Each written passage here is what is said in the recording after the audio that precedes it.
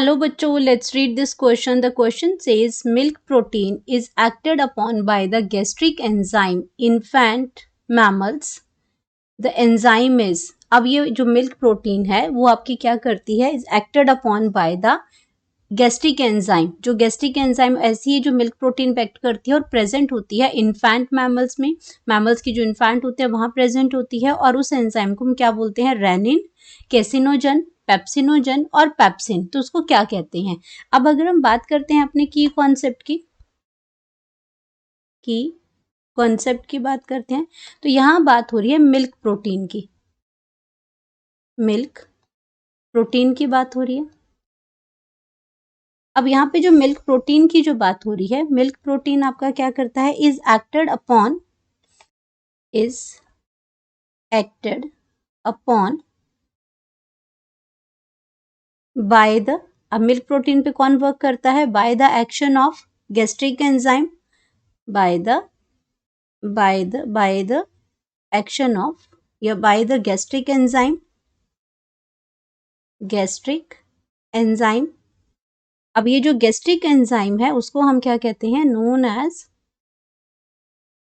As rennin. अब उस enzyme को हम क्या कहते हैं, रेनिन कहते हैं, रेनिन.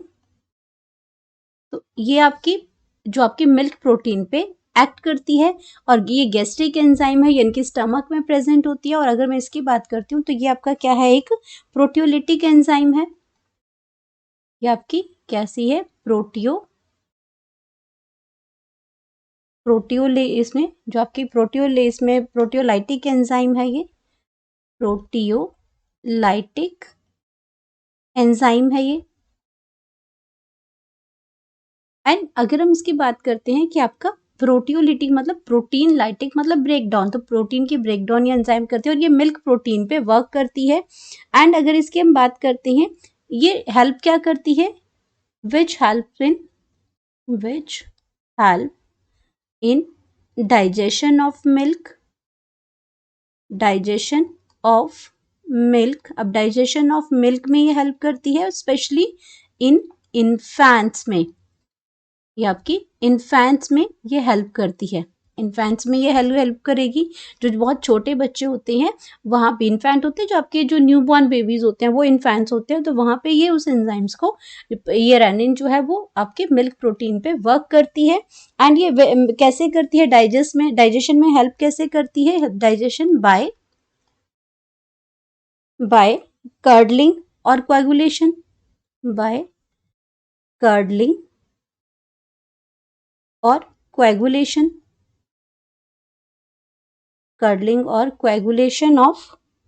कोएगुलेशन हो जाता है मिल्क का. और उसकी अगर हम बात करते हैं, इसमें कर्डलिंग और कोएगुलेशन होती है इसमें इन द स्टमक. और ये आपका स्टमक में कौन सा पीएच होता है, स्टमक के अंदर जो पीएच जो ये वर्क होता है, जो एक्टिवेटर जो होती है, ये आपकी कैसी होती है, HCl में होती है. और इसको हम, ये जो आपका रेनिन है, रेनिन को हम इसमें काइमोसिन भी कहते हैं. रेनिन को, इसका जो दूसरा नाम है ये आपका, इसको काइमोसिन भी कहते हैं. और ये आपका क्या करती है, जो मिल्क प्रोटीन है, मिल्क प्रोटीन को ये डाइजेस्ट करती है. डाइजेशन ऑफ मिल्क मतलब मिल्क के अंदर प्रोटीन कौन सी अंदर इसके प्रेजेंट होती है, इसके अंदर जो मिल्क प्रोटीन है जिसके ऊपर ये वर्क करती है, वो मिल्क प्रोटीन आज आपकी आ जाती है कैसिनोजन आ जाएगी. ये मिल्क प्रोटीन है जिसके ऊपर रेनिन जो है वर्क करती है. तो ये कैसिनोजन आ गया. एंड अगर इसकी हम बात करते हैं तो ये आपका क्या है, काइमोसिन है. इसको जो रेनिन का जो दूसरा नाम है वो आप उसका क्या है, काइमोसिन है. काइमोसिन आ जाएगा, इसमें काइमोसिन है. एंड अब अगर हम इसमें बात करते हैं तो ये तो हमें यहाँ पे आंसर मिल गया हमारा कि ये रेनिन है, जो कि इसमें इन्फेंट के मिल्क में ही उसको डाइजेशन करने के लिए ये प्रेजेंट होती है. और कैसिनोजन आपकी वो मिल्क प्रोटीन है जिसपे ये वर्क करती है, HCl मीडियम में करती है. और ये क्या करती है, फाइनली आपका जो कैसिनोजन है उसको, कैसिनोजन को कन्वर्ट कर देती है कैसिन के अंदर, कैसिनोजन को कन्वर्ट कर देती है, कैसिन के अंदर कन्वर्ट करेगी. और वो भी आपका उसमें कैल्शियम, उसमें कैल्शियम की प्रेजेंस में. तो ये आपका कैल्शियम की प्रेजेंस में ये इसको कैसिनोजन को कैसिन के अंदर कन्वर्ट कर देती है, सिंपलर फॉर्म में ये कन्वर्ट कर देती है।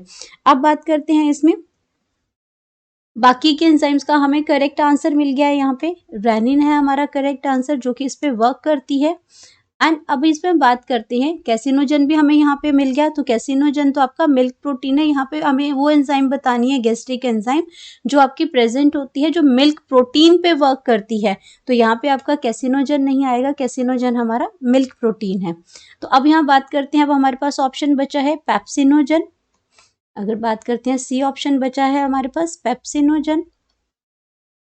पेप्सिनोजन तो पेप्सिनोजन कन्वर्ट होता है पेप्सिन के अंदर। ये आपका इनएक्टिव फॉर्म है, इनएक्टिव फॉर्म है ये एंजाइम का, और ये आपका एक्टिव फॉर्म है, एक्टिव फॉर्म है। ये पेप्सिन कन्वर्ट करता है आपका HCl की प्रेजेंस में, आपका एसिडिक मीडियम में ये वर्क होती है इसमें। एंड ये आपके क्या करती है, ये प्रोटीन्स की ब्रेक डाउन करती है, ये प्रोटीन्स पे वर्क करती है, प्रोटीन्स को ये ब्रेक करके सिंपलर फॉर्म में ये आपको कन्वर्ट करती है।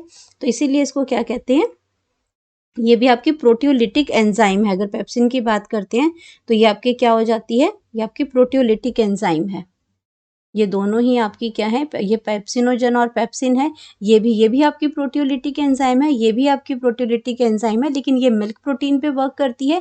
और बाद में जब आपका जो इन्फेंट है, जब वो दैट ग्रोज ओल्डर, जब वो थोड़ा सा बड़ा हो जाता है, तो ये रेनिन जो है वो पेप्सिन में कन्वर्ट हो जाती है और प्रोटीन्स के ऊपर वर्क करना शुरू कर देती है। तो ये आपका क्या है, पेप्सिन जो है ये आपका ब्रेक, इसमें प्रोटीन्स की ब्रेक डाउन करती है, ये ब्रेक्स प्रोटीन्स की ब्रेक डाउन करती है,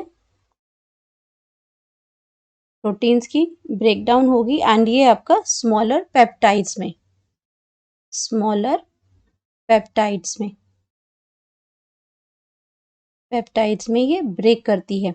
तो ये आपका यस यहाँ क्लियर हो गया कि रेनिन ही बाद में पेप्सिन में चेंज हो जाती है जब जो इन्फेंट जो है वो थोड़ा बड़ा हो जाता है, मिल्क की कंजप्शन जो है वो थोड़ी कम हो जाती है, तो धीरे धीरे ये या फिर आपका, क्योंकि प्रोटियोलिटिक तो है ये आपका पेप्सिन में कन्वर्ट होकर वर्क करेगी प्रोटीन्स के ऊपर। तो ये आपकी ऑप्शन, ये भी आपकी ऑप्शन जो है वो गलत हो जाएगी। ये भी आपका मिल्क प्रोटीन पैक्ट नहीं करती, पेप्सिन भी नहीं करती है। तो यहाँ पे करेक्ट आंसर आ जाएगा रेनिन आ जाएगी। तो यहाँ पे हम लिख सकते हैं correct option, correct option, that is A, renin. Hope you understood it well. Best of luck.